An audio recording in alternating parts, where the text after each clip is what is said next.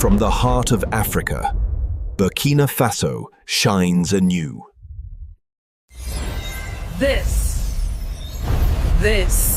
The Africa spoke.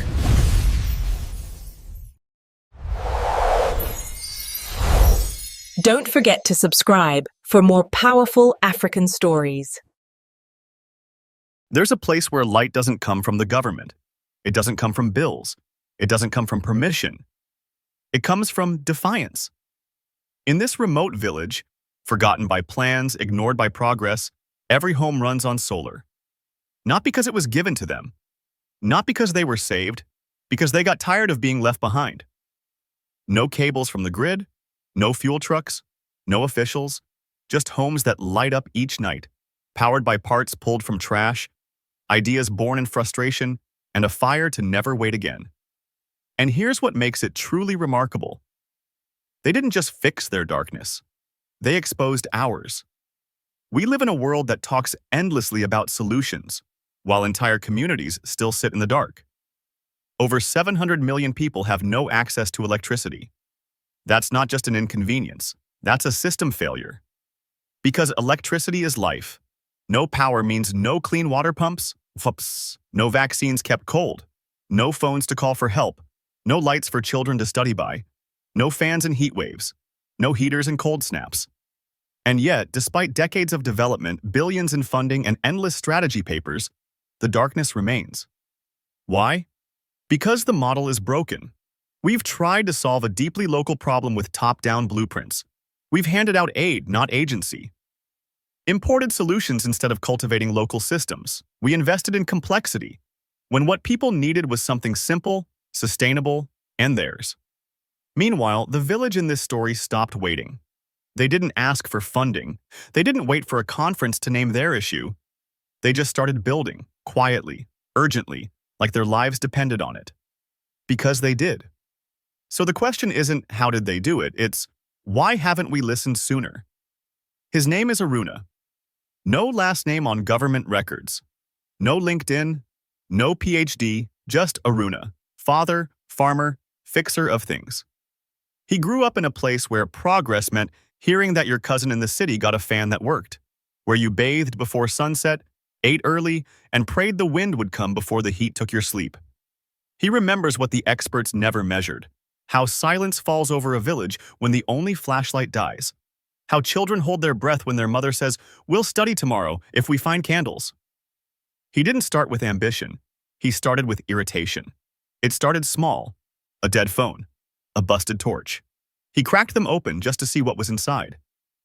Then came questions. Why does light have to be bought? Why is power something given instead of something built? And then, action. He began collecting discarded parts. Dead solar lamps from a nearby aid project. Phone batteries tossed in gutters. Wire from old radios. A cracked panel no one wanted because it only gave half performance. Half performance was still more than zero. The first light he restored wasn't for his own house. It was for the widow down the road. He wired it with scraps, taped it with string, mounted it on a pole made from an old broom handle. When it worked, she wept. That night, people came and stood outside her home. Not for the light, but for the idea. If that could work, what else had they been waiting for? That's when Arouna became something different. Not a technician, not a hero, a spark, the kind that makes people wonder what else they've been told they can't do. But every story like this has a moment, when the abstract becomes urgent. For Arouna, it was a death, a baby, newborn, complications. The health post had no light. The nurse couldn't see clearly. The small solar lantern they had stopped working weeks ago, but no one knew how to fix it. They tried their best, they failed. By sunrise, grief filled the air like smoke. No one screamed, no one blamed. But something inside Arouna broke. Or maybe it hardened. That day, he didn't speak much. He went home. Took every broken panel, wire, battery he had stored in a sack, and laid them on the floor. He stayed up for 2 nights straight. No blueprints, no mentor, just instinct and obsession. By the 3rd day, he had powered his entire single-room home. A single bulb. A fan? A phone charger? It was ugly, held together with tape and prayers, but it worked. That moment changed everything because it wasn't about saving energy, it was about refusing to lose another life to darkness. He went from tinkerer to builder, from dreamer to operator. He walked to other homes. He asked permission to install panels. People hesitated, but most said yes, because what did they have to lose? Within a month, 6 homes were lit. 2 kids learned to solder. The clinic's refrigerator hummed for the first time in years. And one night, as the lights stayed on during a thunderstorm, someone said aloud, "We don't have electricity, we have Arouna." That says it all. Now let me ask you something. How many other Arounas are out there, fixing things we said were unfixable? And how many times have we ignored them because they weren't wearing suits, holding grants, or speaking English? Here's where the story should have stopped, right? Arouna made lights, a few homes were lit. The end. Except, it didn't end. Because once the lights came on, people started seeing what else was possible. See, Arouna didn't just build solar kits. He built a blueprint for resilience, one that fit the village like skin fits bone. No over-design, no imported systems with manuals no one could read. Just logic, reuse, and local truth. The key question wasn't, what's the best system? It was, what's the simplest system that works and keeps working even when it breaks? Here's what he did. Gathered busted solar panels from failed NGO programs. Many that were written off as junk, but still gave 40 to 60% of their output. Harvested lithium-ion cells from dead laptops and old phones. Tedious, yes, but with testing, still usable. Built charge controllers from recycled parts. No branding, just function. Soldered LED bulbs from spare boards. Used recycled frames, wood, bamboo, rebar, to mount panels on roofs. Each home got its own micro setup. Small panel, small battery pack. Enough to run. 1 or 2 lights, charge a phone, run a fan or small DC appliance. No interdependence, no grid, no single point of failure. If one house's system breaks, the others stay lit. If a battery dies, it gets replaced, not the whole system. And here's the brilliance. The village didn't wait for scale. They scaled by iteration, not replication. What worked in one house, they adapted in the next. Each system got smarter, not because an engineer told them to, but because real people lived with it every day. Now step back and think about that. While some energy planners are still diagramming 10-year grids on whiteboards, this village solved the most urgent need, with broken parts and shared knowledge. And it didn't just restore electricity, it restored something more powerful: agency. Let's get into it. Not to impress, but to show this wasn't luck. This was design. Every system Arouna built followed a modular principle. If you can build it, you can fix it. If you can fix it, you can teach it.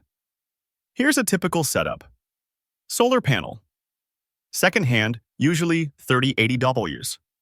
Mounted on reused wood or scrap metal frames. Battery pack. Reassembled from 18650 lithium cells. These are the same cells used in laptops and e-bikes. Arouna taught the teens how to test voltage, sort by capacity, and discard damaged ones. Charge controller. Either stripped from failed solar kits or assembled using salvaged components, cheap capacitors, resistors, and heat sinks. Wiring. Standard low voltage, much of it pulled from junked radios or car stereos. Load. Mostly LEDs, fans, and USB ports. No fridges yet, but that's coming. Every part is swappable. Nothing proprietary. If a panel cracks, they patch it. If a battery dies, they swap the cell. If a bulb shorts, they build another. Maintenance doesn't require a contractor. It requires a cousin, a neighbor, a 12-year-old with a multimeter and a quiet obsession. Some homes now have hand-drawn schematics taped to the wall. Others have chalk markings that show voltage drop during cloudy days. One house even tracks power output on paper like a farmer tracks rainfall. It's not clean tech, it's real tech. And that matters. Because in places where heat waves kill and power is politics, you don't need futuristic innovation. You need reliable, repairable, community-powered systems. You need electricity that won't disappear when a government changes. You need control in the hands of the people who depend on it the most. That's what they've built. And if all of that sounds too simple to be scalable, ask yourself this.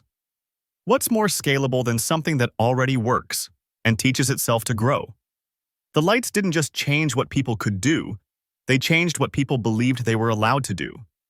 Before solar arrived, this village followed the rhythm of daylight. Shops closed early. Children studied when the sun allowed. Women avoided walking after sunset. The night belonged to fear and fatigue. After solar, night school classes resumed in the community hut. Attendance up 60%. Street-side markets stayed open past 7 p.m. for the first time in years. Women's groups began organizing weekly meetings under shared lights. Families gathered outside after dark without the constant worry of theft, snakes, or silence. In May 2024, a local survey, conducted by teachers in the district, found that 78% of villagers said they felt safer and more connected to their neighbors than they did a year prior. That's not just perception. It's social cohesion in data. And health-wise? Midwives reported fewer nighttime complications in childbirth, not because equipment changed, but because visibility did. The clinic now stores basic antibiotics in a solar-powered mini-fridge, first time ever. Let's be clear. No government program rolled this out. No NGO team led social workshops. No foreign aid group provided manuals. The community's mindset changed because it saw something working. Not as a promise, but as a reality. What used to feel out of reach, light, structure, time, became ordinary. That's what real social infrastructure looks like. Energy access isn't just a social win. It's an economic engine. Before solar arrived, villagers spent up to 15% of their monthly income on charging phones in nearby towns, buying kerosene for lamps, paying transport just to grind grain or refrigerate milk. That's money leaving the community. Today, that's money circulating within. Let's break it down. A group of teens run a small solar charging hub, 100 CFA per phone. They now earn enough weekly to pay school fees and help parents with food costs.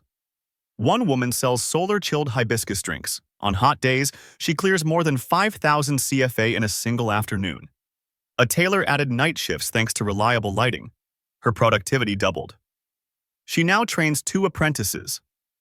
A young man installed a solar-powered printer and now handles local ID copies, voter slips, and basic forms, tasks that used to require a half-day trip to town. These aren't side gigs. They're the beginning of a functioning local economy built around reliability, not charity. Here's the core difference. In conventional electrification models, energy comes from the state and wealth flows out. In this village, energy comes from within and wealth stays in. And that shift, retention over extraction, is what makes this model not just inspiring, but economically intelligent. Even more striking? As of July 2025, 3 nearby villages have requested training from Arouna's team to replicate the model, not for free, but through local barter and service exchange. That's organic growth, not dependency. That's bottom-up economics, not trickle-down theory.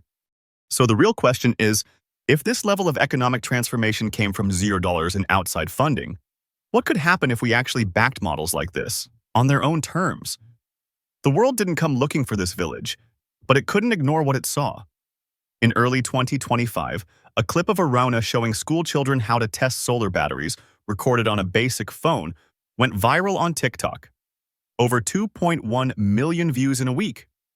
Caption: "This man lit up his village with trash, literally." That same month, a reporter from Jeune Afrique published a story titled "Village sans réseau, mais pas sans lumière." A village without a grid, but not without light. That article made its way to a UNDP energy panel. And within weeks, Arouna's model was being referenced, without credit, in a West African electrification draft proposal. Locals noticed. They weren't angry, they were used to it. Ideas extracted, reformatted, republished. As if innovation can only be real once it's typed in English or approved in Geneva. But this time they pushed back. When a French NGO offered $20,000 in funding to formalize and optimize the system, Arouna declined. His words were simple. If we accept your structure, we give up our own. The story spread fast across independent African media. Eco-Africa called it a reverse development moment. Quartz Africa published an op-ed. Why Western aid must stop trying to perfect what it doesn't understand. By mid-2025, engineers from Kenya, Brazil, and the Philippines began visiting the village. Not to teach, but to learn. One researcher called it a perfect test case for decentralized, culturally embedded renewable energy models. Here's the twist. This wasn't about energy anymore. It was about who gets to define success. So ask yourself, if an off-grid village with no donors, no blueprint, and no policy support can build a working energy microeconomy, what exactly have we been doing with $23 billion in global electrification aid? And if we don't start learning from the margins, are we really serious about change? Let's stop pretending this is just a story about solar panels. It's a story about power in every sense of the word. Power to choose, power to build, power to no longer ask permission. This village didn't wait. It didn't protest. It didn't beg. It just started fixing its own future. With what? Dead batteries, failed aid leftovers, knowledge passed hand to hand, and an unwillingness to surrender to maybe next year. And it's working. That should thrill us. It should also embarrass us. Because while international consultants are still drawing up 2040 electrification roadmaps, these people already have cold medicine, light to study by, and working phone chargers, powered by suns and will. So here's the final question. Are we willing to stop talking at the global south and start learning from it? Because innovation doesn't always look like glass towers and clean dashboards. Sometimes it looks like chalk on a wall, a salvaged panel, a 16-year-old with a soldering iron and a vision. The world isn't waiting, and neither should we. If this story meant something to you, amplify it. Don't just ask the real question. What would happen if this wasn't the exception, but the plan?